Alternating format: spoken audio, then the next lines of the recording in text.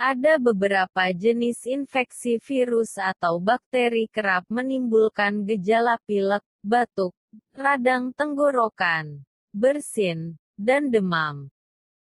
Karenanya, beberapa orang sulit membedakan antara gejala virus corona dengan batuk atau pilek biasa maupun alergi. Adapun ketiga gejala gangguan kesehatan tersebut memiliki karakteristik yang berbeda-beda. Berikut penjelasannya. Gejala infeksi virus corona biang COVID-19. Melansir situs resmi WHO, gejala penyakit COVID-19 yang paling umum adalah demam, kelelahan, dan batuk kering. Beberapa pasien juga mengeluhkan sakit dan nyeri, hidung tersumbat, pilek, sakit tenggorokan, serta diare.